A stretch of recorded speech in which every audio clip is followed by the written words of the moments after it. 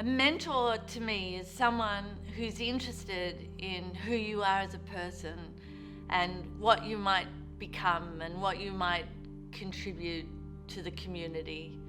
And they help you, they talk to you, they share their knowledge and their words of wisdom or just their experiences. A mentor can be anyone. A really good mentor, someone you remember, and when you look back on your life you think that person changed my life, is someone who, when they looked at you, they saw you, they listened to you, and they heard you.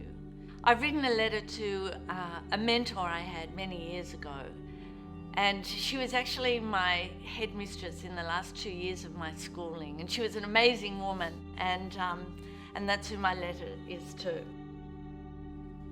Dear Miss Serity, although she was called Miss Serity back then, I hope this letter finds you well and thriving.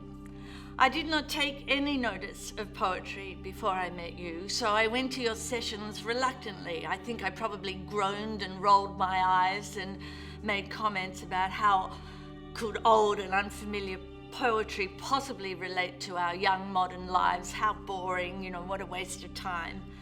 But then, reclining on your lounge with your long hair spread over your shoulders, you read this poetry. You shared your passion for this poetry and your deep understanding of the meaning and rhythms of these poems and your love of words. And quite suddenly, I found myself struck by the enormous power of words.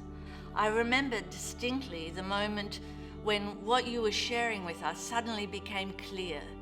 You were reading a Robert Browning love poem, and then you explained that when he described an oar dipping softly into the dark sea, footsteps sinking deeply into wet sand, and the flame of a match struck against the window, he wasn't actually describing a bloke going for a row one night, getting his cuffs wet and losing his torch.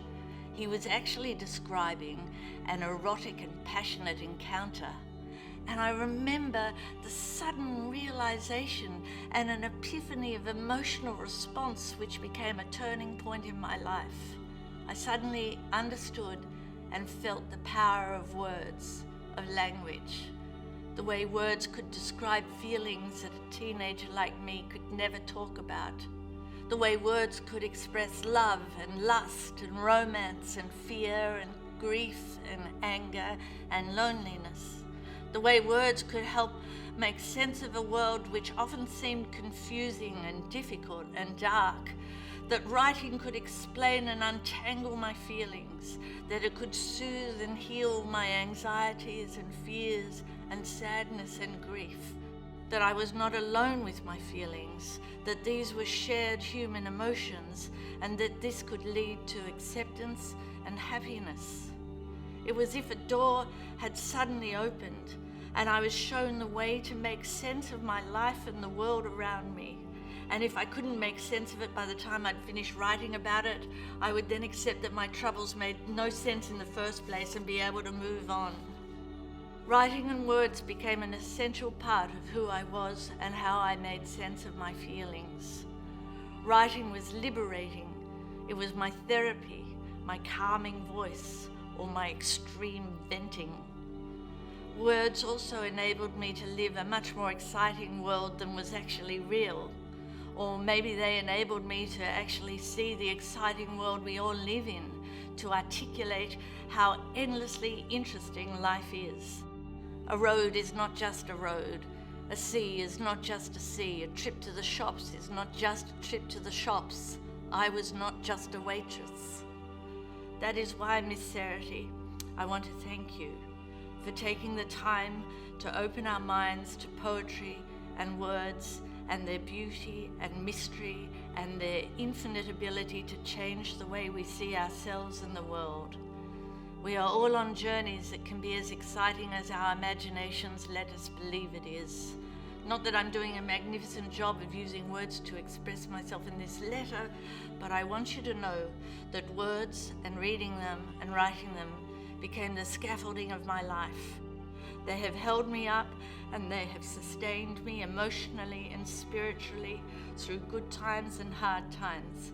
They have brought me joy and enormous amounts of fun, and they have also been the way I've earned my living.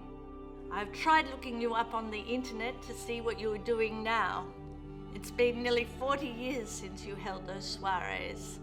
The last I heard, you had left secondary teaching and you had gone to work with women in prison. Easier than teaching us, I imagine. I can understand how important your wisdom will be in that role. I couldn't find much about you on the internet. You were never one to advertise yourself. I did find someone who has written a very deep existential book, and in their foreword, the author thanked you for their mentoring. I didn't know at the time that you were mentoring us. It all just seemed to flow. But all my life since, I have benefited from your knowledge and your generosity. So my lifelong thanks again, and I hope that you are well and radiant and inspiring young others as unknowing as I was before I met you. Jean.